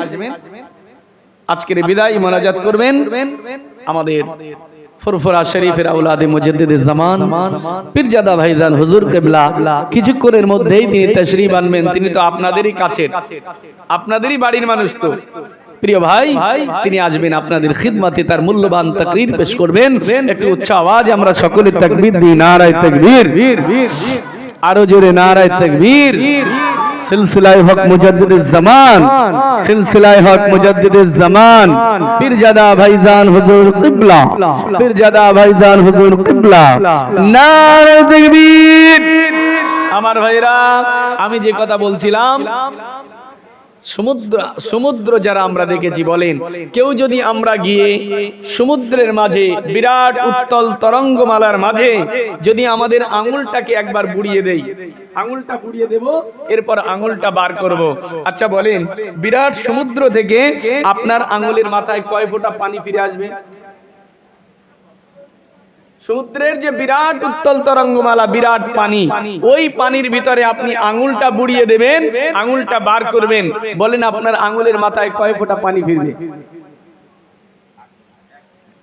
আমার কথা বোধহয় বুঝতে পারছে না সবাই। সমুদ্র থেকে আঙুল বুড়িয়ে দিয়ে আঙুল বার করলে আঙুলের মাথায় কয় ফোঁটা পানি আসবে? 1 ফোঁটা, 2 ফোঁটা, 5 ফোঁটা, তার বেশি পানি আসবে না। আচ্ছা বলেন, এই যে আঙুলের মাথায় সমুদ্র থেকে কয়েক ফোঁটা পানি ফিরে আসলো, এই পানিটার নাম, এই পানিটার দাম, এই পানিটার মর্যাদা সমুদ্রের কাছে কতটা। আমাদের কাছে যে আঙ্গুলের মাথায় কয় ফোঁটা পানি আসবে, এই পানিটার মর্যাদা সমুদ্রের কাছে কতটা। কথা বুঝতে পারলেন না? কিছু আছে? কোনো দাম নাই। সমুদ্রের বিরাট উত্তল তরঙ্গ, বিরাট মহাসমুদ্র থেকে যে কয় ফোঁটা পানি আমার আঙ্গুলের মাথায় এসেছে, এই পানিটার সমুদ্রের কাছে কোনো দাম নাই। আল্লাহ রাসূল ঠিক দুনিয়াকে আখিরাতের সঙ্গে তুলনা দিচ্ছেন, যেমন সমুদ্রের পানির তুলনায় আঙ্গুলের কয় ফোঁটা পানি। হাদিসটা কোথায় আছে? সুনান ইবনে মাজাহ কিতাবুজ জুহুদের মধ্যে এসেছে। রাসূলুল্লাহ বলছেন, মা মাসালু দুনিয়া ফিল আখিরা ইল্লা মাসালু মা ইয়াজআলু আহাদুকুম ইসমাহু ফিল ইয়াম্মি ফালইয়ানজুর বিমা ইয়ারজিউ। ও মুসলমানেরা আমার, ও নওজওয়ান তরুণেরা, আল্লাহ নবী আমার জানান, মা মাসালু দুনিয়া ফিল আখিরা, না না না, মুমিনের জন্য আখিরাতের সঙ্গে দুনিয়ার কোনো তুলনাই করা যায় না। মুমিনের জন্য দুনিয়ার সাথে আখিরাতের কোনো তুলনাই হয় না, কোনো কম্পেয়ার করা যায় না। তবে কতটা তুলনা দেওয়া যায়, কতটা কম্পেয়ার করা যায়, আল্লাহ নবী জানান, ইল্লা মাসালু মা ইয়াজআলু আহাদুকুম ইসমাহু ফিল ইয়াম্মি ফালইয়ানজুর বিমা ইয়ারজিউ। নবী আমার জানান, মুমিনের জন্য দুনিয়ার সঙ্গে আখিরাতের এতটাই তুলনা দেওয়া যায়। যদি তোমাদের মধ্যে কেউ বিরাট মহাসমুদ্রে গিয়ে, তোমাদের ভিতর থেকে কেউ যদি গিয়ে বিরাট মহাসমুদ্রের ভিতরে তার আঙুলটা বুড়িয়ে দেয়, আঙুলটা বুড়িয়ে দিয়ে এবারে তার আঙুলটাকে বার করে দেখো আঙুলের মাথায় কয় ফোঁটা পানি ফিরে এসেছে। আল্লাহ নবী জানান, ও আমার উম্মত, ওই মহাসমুদ্র থেকে আঙুলের মাথায় যে কয় ফোঁটা পানি ফিরে এসেছে, এই পানিটার যেমন সমুদ্রের কাছে কোনো মূল্য নাই, সমুদ্রের কাছে কোনো দাম নাই, অনুরূপ ভাবে আমি রাসূলুল্লাহ জানিয়ে দিলাম, একজন মুমিনের কাছে, একজন ঈমানদারের কাছে আখিরাতের তুলনায় এই দুনিয়ারও কোনো মূল্য নাই। জনে বলুন সুবহানাল্লাহ। তাহলে মুমিনের কাছে দুনিয়ার মূল্য আখিরাতের তুলনায় একেবারে নগণ্য, যেমন মহাসমুদ্রের তুলনায় আঙুলের কয়েক ফোঁটা পানি। এই দুনিয়া, যে দুনিয়ার মূল্য একেবারে নগণ্য, এই দুনিয়ার জন্য সত্যিকারে কি আমরা সেই মুমিন আজকে হতে পেরেছি যে আমাদের কাছে আখিরাতের তুলনায় দুনিয়ার মূল্য এরকম নগণ্য, এমন কি আমরা ভাবতে পেরেছি? না, আমাদের কাছে দুনিয়ার দাম অনেক বেশি, দুনিয়ার মূল্য অনেক বেশি, আমাদের কাছে আখিরাতের তুলনায় দুনিয়ার মূল্য বেশি। যদি তাও না হতো, বলেন আজকে সমাজে এখনো একজন মুসলমান, এক মুসলমান কারো কথা শুনে 500 টাকা রোজের দাম নিয়ে, 1000 টাকা রোজের দাম নিয়ে এক মুসলমান আর এক মুসলমানের কারো কথা শুনে ঘর ভাঙে না? হয় না এটা সমাজে? এক মুসলমান কারো কথা শুনে 500 টাকা 1000 টাকা রোজের দাম নিয়ে আর এক মুসলমানের ঘর ভাঙে। আপনাদের হুগলিতে হয় না? না না, এদিকে হয় না, কারণ এটা তো দক্ষিণ 24 পরগনার অভ্যাস, আমাদের ভাঙড়ের দিকে হয় বেশি না? আপনারা দেখেন বিরাট। তবে এই না, ভাঙড়টাই শুধু হয়, ভাঙড়টা একটু ভাইরাল হয় বেশি, ভাঙড় একটু ভাইরাল হয় বেশি, ভাঙড়ে মিডিয়া বেশি, খবর সাথে সাথে পৌঁছে যায়, সব জায়গায় হয়। প্রিয় ভাইরা, আজও মুমিন এক মুসলমান কারো কথা শুনে 500-1000 টাকা রোজের দাম নিয়ে আর এক মুসলমানের ঘর ধরিয়ে দেয়, অত্যাচার করে, মারে, হত্যা পর্যন্ত করে দেয়।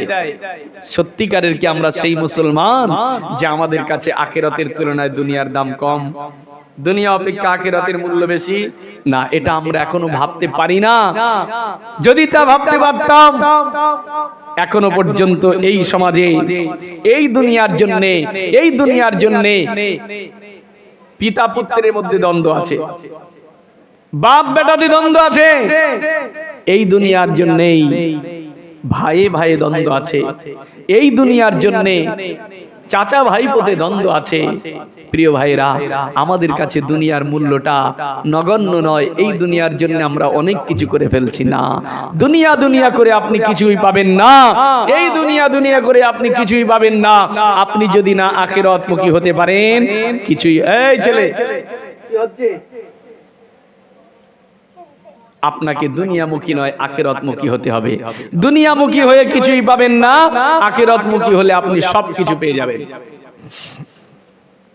মুসলমানের ছেলেরা, নওজোয়ান তরুণেরা, দুনিয়া দুনিয়া নয়, দুনিয়া দুনিয়া নয়, আখিরাতমুখী হয়ে যান।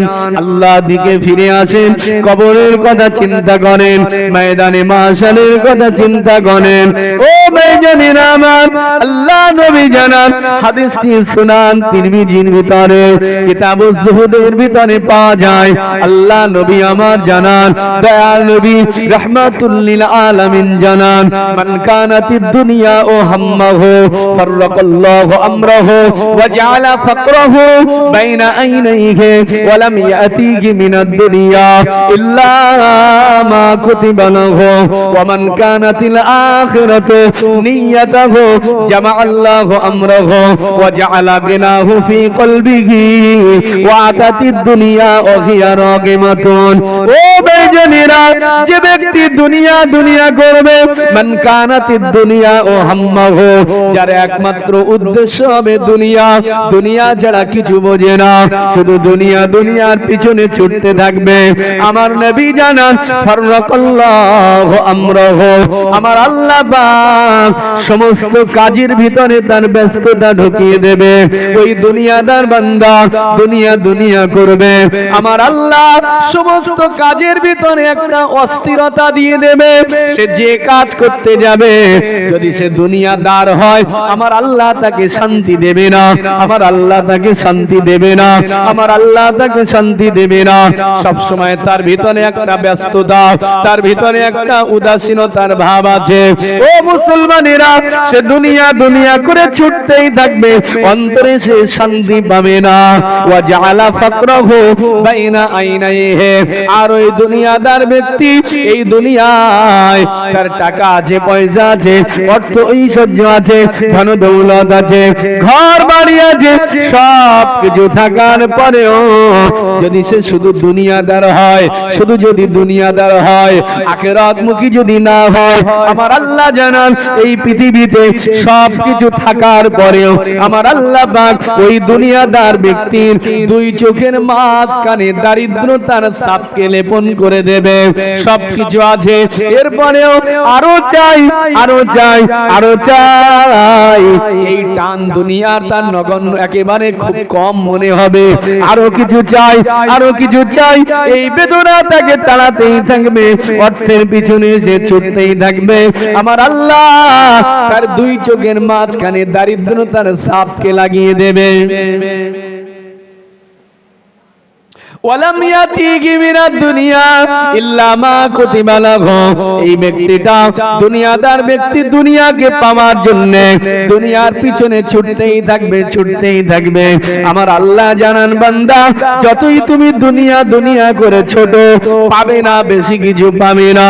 ইতিপূর্বে তোমার তাকদীরে, তোমার কপালে আমি আল্লাহ যতটা লিখে রেখে দিয়েছি, তোমার তাকদীরে যতটা আছে তার থেকে বেশি কিছু পাবে না, বেশি কিছু পাবে না।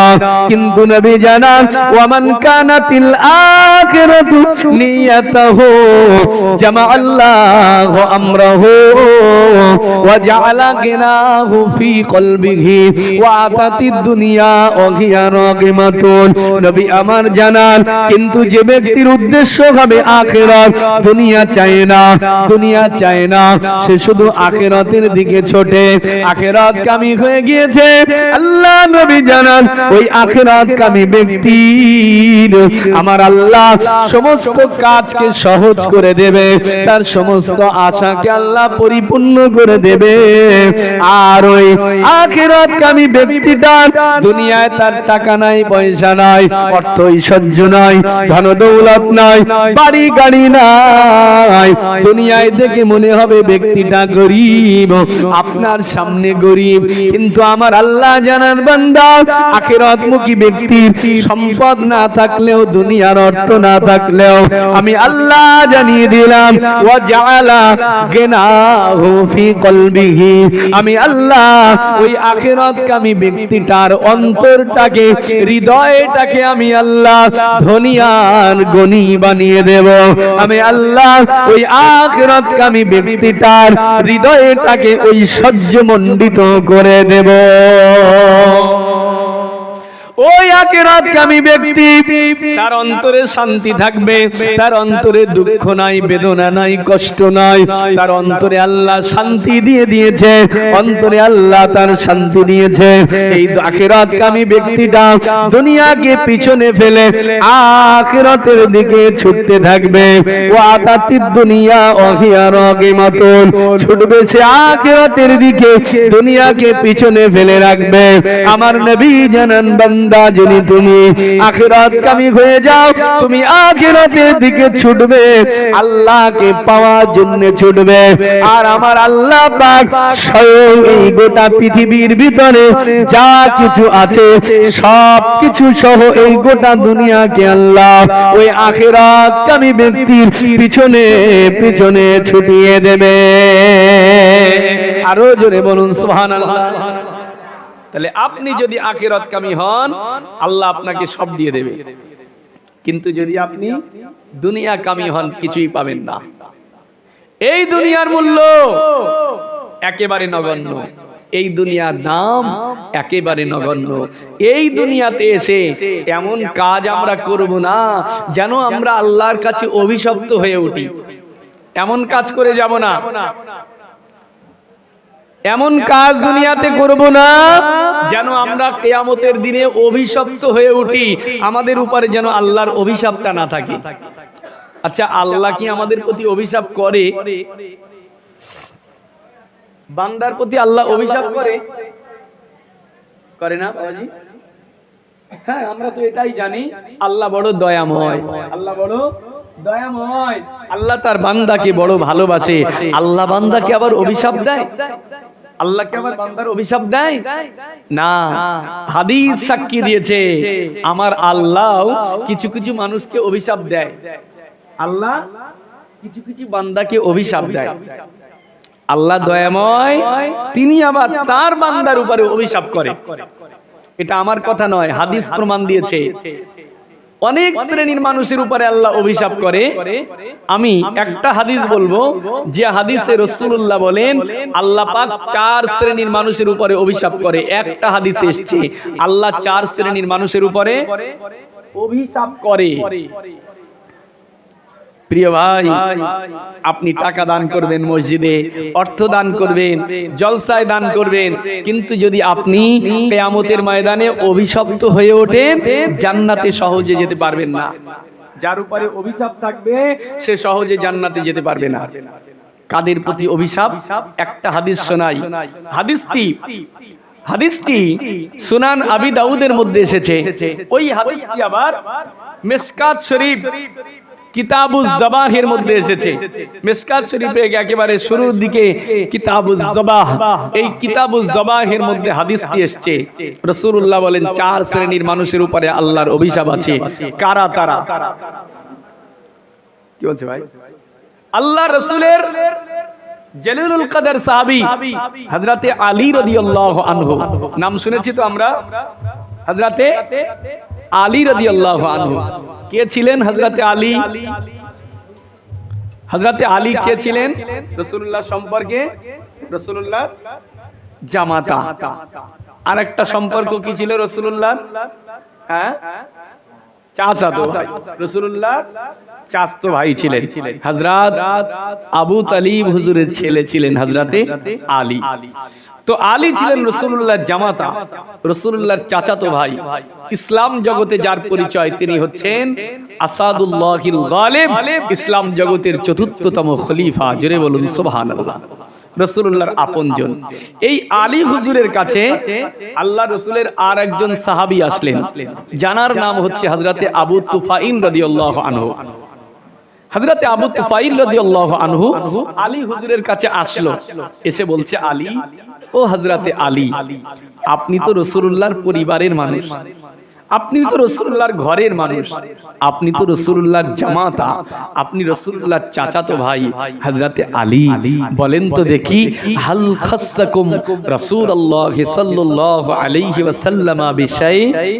ও হযরতে আলী, আপনি রাসূলুল্লাহর ঘরের মানুষ হিসাবে, আপনজন হিসাবে, আল্লাহর নবী কি আপনজন হিসাবে, কাছের মানুষ, আকারিবে রিশতাদার হিসাবে আল্লাহর নবী কি আপনাকে স্বতন্ত্রভাবে কিছু দিয়েছে, আলাদাভাবে কিছু দিয়েছে, যে জিনিস অন্য কোনো মানুষকে দেয়নি, যে জিনিসটা আমরা পাইনি, এইরকম কিছু কি আপনাকে দিয়েছে?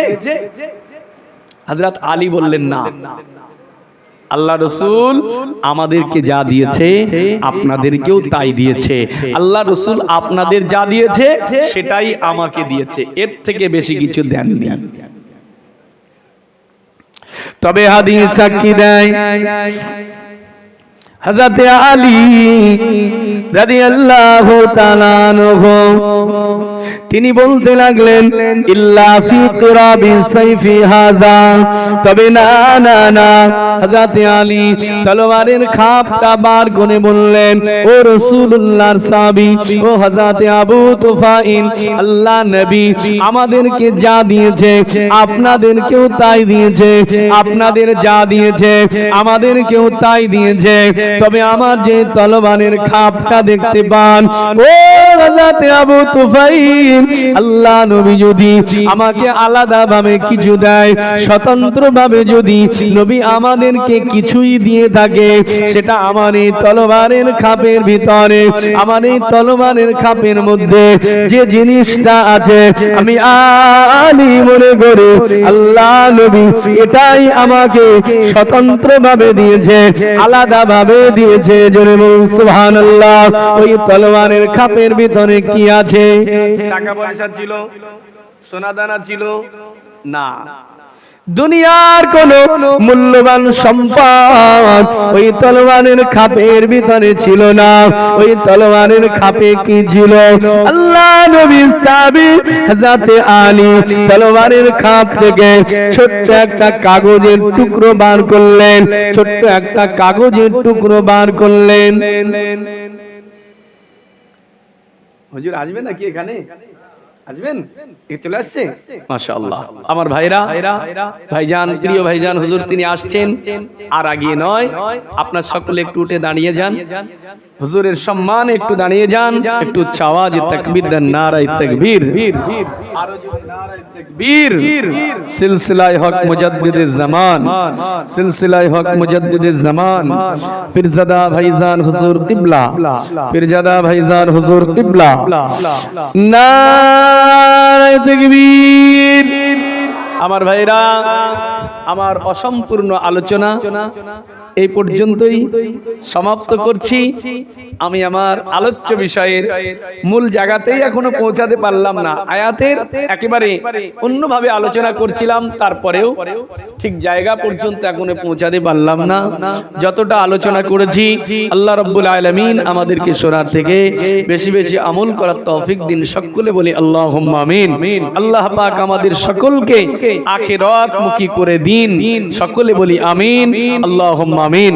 এখন পীরজাদা ভাইজান